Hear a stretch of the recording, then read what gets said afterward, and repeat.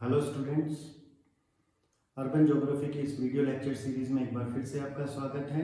और आज जिस टॉपिक पे हम चर्चा करेंगे वो है अर्बनिज्म या नगरीयता के बारे में।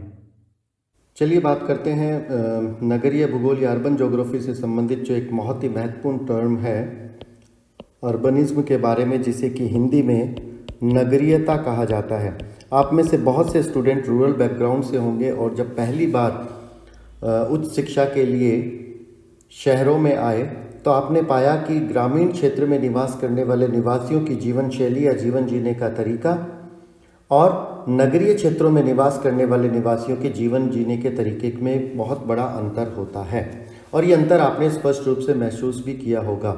नगरीय क्षेत्रों में जो जनसंख्या निवास करती है उनकी जीवन शैली एक विशिष्टता लिए हुए होती है, बिल्कुल भिन्नता लिए हुए होती है। और नगरीय क्षेत्रों में निवास करने वाले निवासियों की ये जो विशिष्ट जीवन शैली है या जीवन जीने का तरीका है, इसे ही नगरीयता कहा जाता है। एक बहुत ही प्रसिद्ध भूगोलवेत्ता हुए हैं वर्थ, उन्होंने नगरीयता को परिभाषित करते हुए कहा है कि urbanism denote the way of life. Urbanism जो है वो वास्तव में जीवन जीने का एक तरीका है या जीवन जीने की एक शैली है। According to Wirth, urbanism is the complex of traits which made up the characteristics mode of life of cities।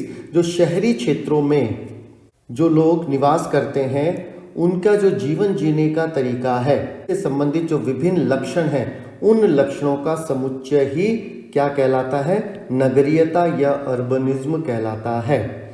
ठीक उसी प्रकार एक और विद्वान हुए हैं क्लिनार्ड, उन्होंने भी इसी तरीके से नगरीयता या अर्बनिज्म को संबोधित किया है और उन्होंने भी अर्बनिज्म को वे ऑफ लाइफ या जीवन जीने का तरीका बताया है। According to him, urbanism usually said to be conflicts of norms, a very fast social change, increased mobility and individualistic existence. और ये जो जीवन जीने का एक विशिष्ट तरीका है जो केवल शहरों में ही या नगरों में ही पाया जाता है, इसके क्या अभिलक्षण है, इनको भी उन्होंने अपनी परिभाषा में शामिल किया है, जिनके बारे में हम आगे अभी चर्चा करेंगे।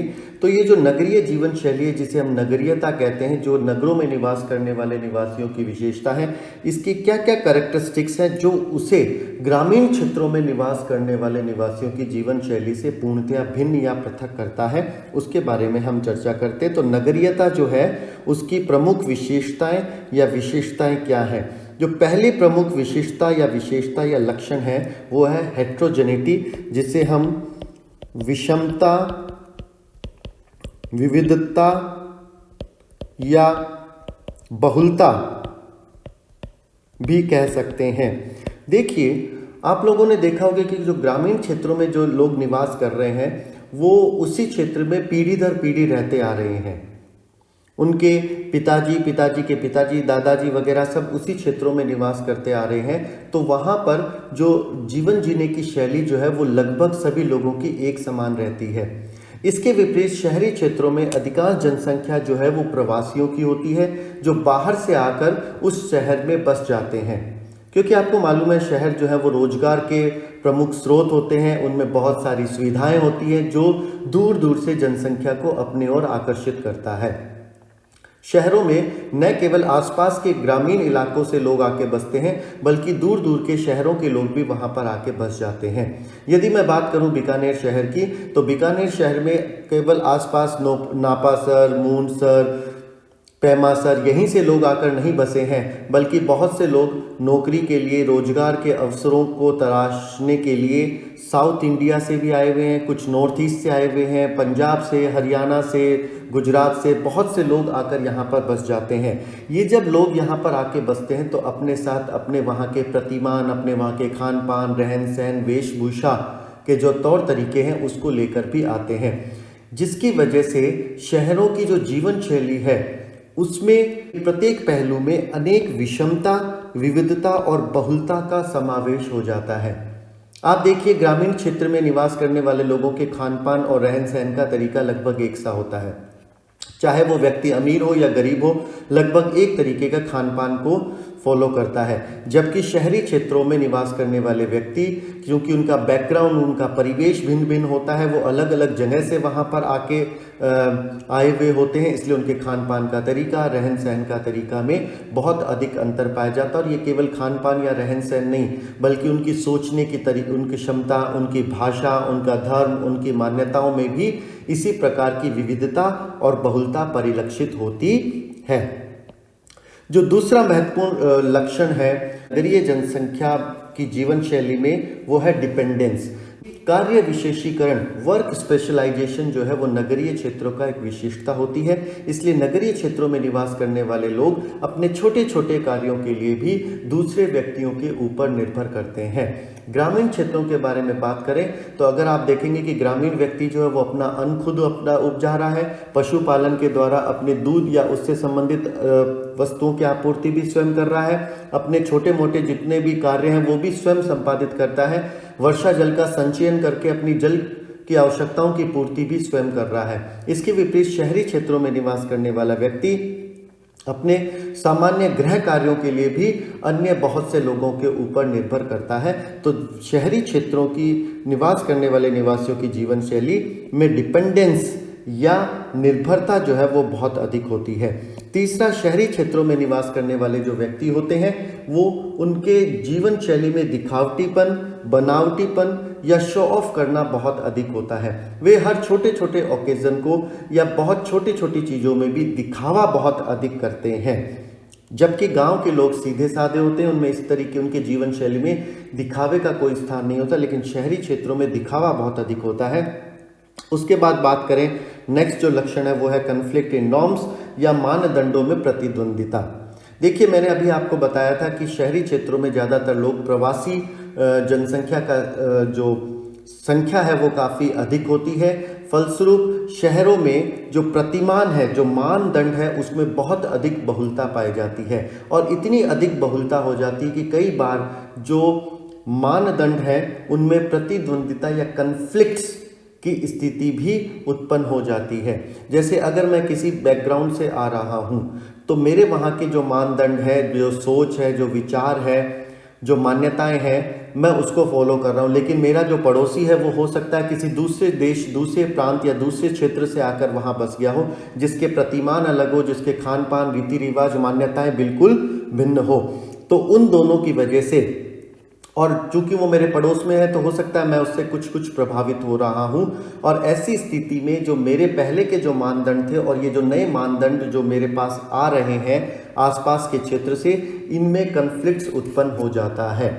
क्विक सोशल चेंज, जिसको हम कह सकते हैं तीव्र सामाजिक परिवर्तन।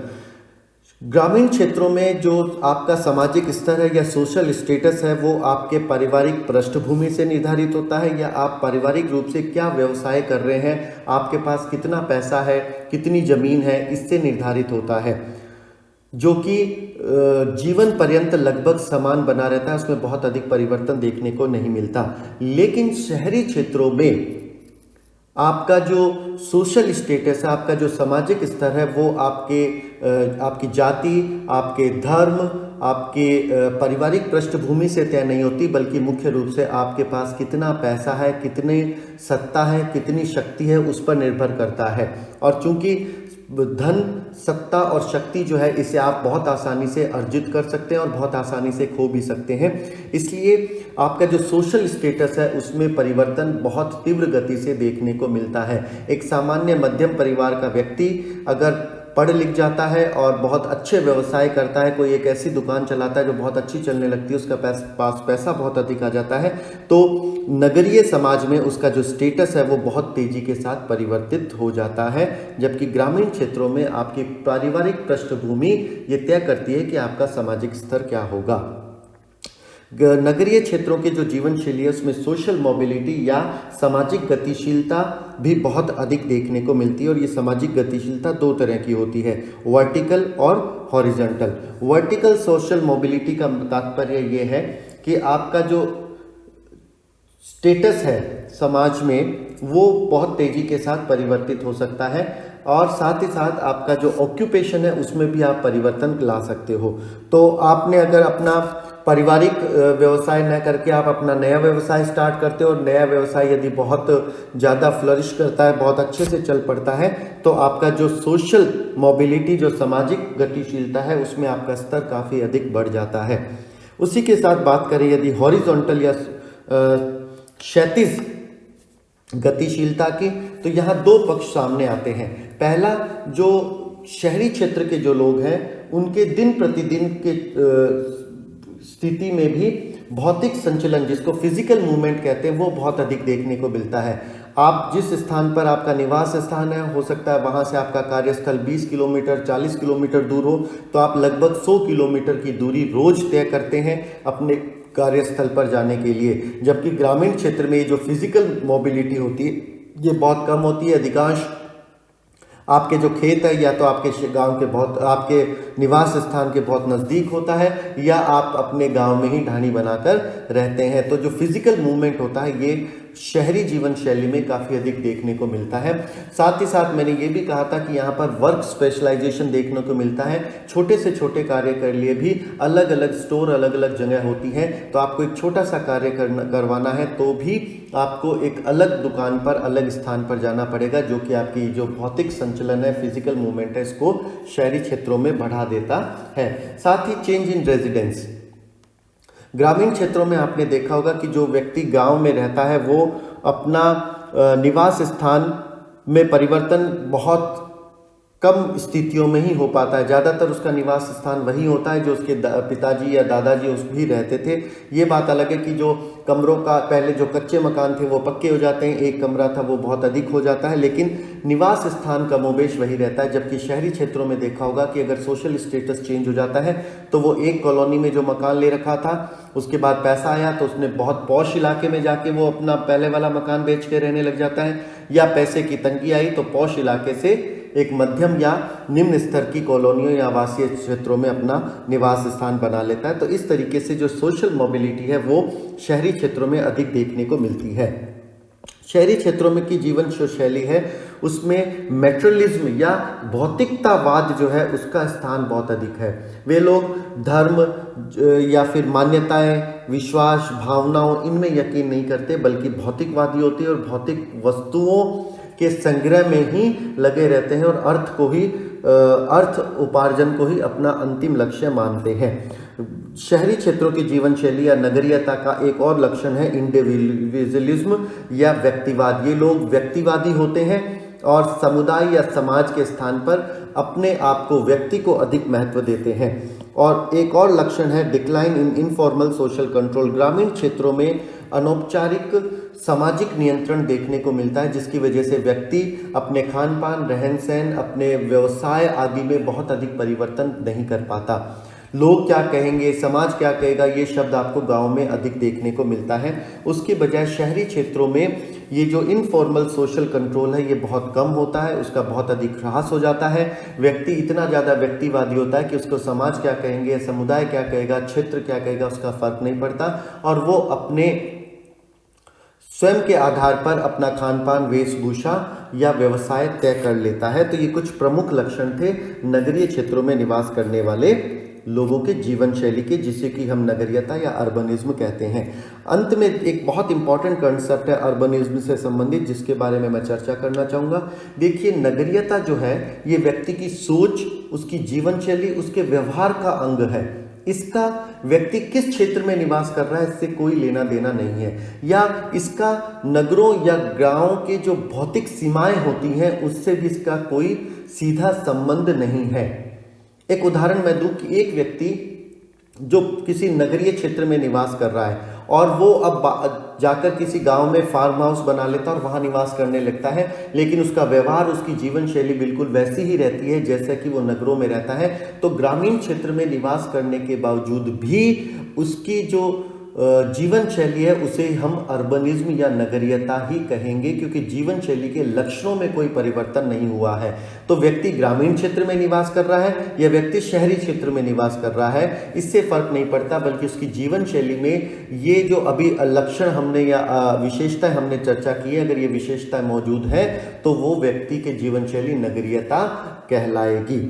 और नगरीयता जो है ये केवल नगरों तक ही सीमित नहीं है, बल्कि ट्रांसपोर्टेशन और कम्युनिकेशंस के साधन के द्वारा ग्रामीण क्षेत्रों में भी धीरे धीरे इस जीवन शैली का संचार या प्रसार होता जा रहा है। और आपने देखा होगा कि जो लक्षण हम बात कर रहे थे अभी ऊपर कि नगरीय क्षेत्रों की जीवन शैली के हिस्से हैं, वो ही लक्षण, वो सारे के सारे लक्षण, चाहे वो व्यक्तिवादिता हो, चाहे वो भौतिकवादिता हो, चाहे वो इनफॉर्मल सोशल कंट्रोल का ह्रास हो, ये सारी चीज़ें हमें ग्रामीण क्षेत्रों में भी तेजी के साथ बढ़ती जा रही है और उसका प्रसार होता जा रहा है।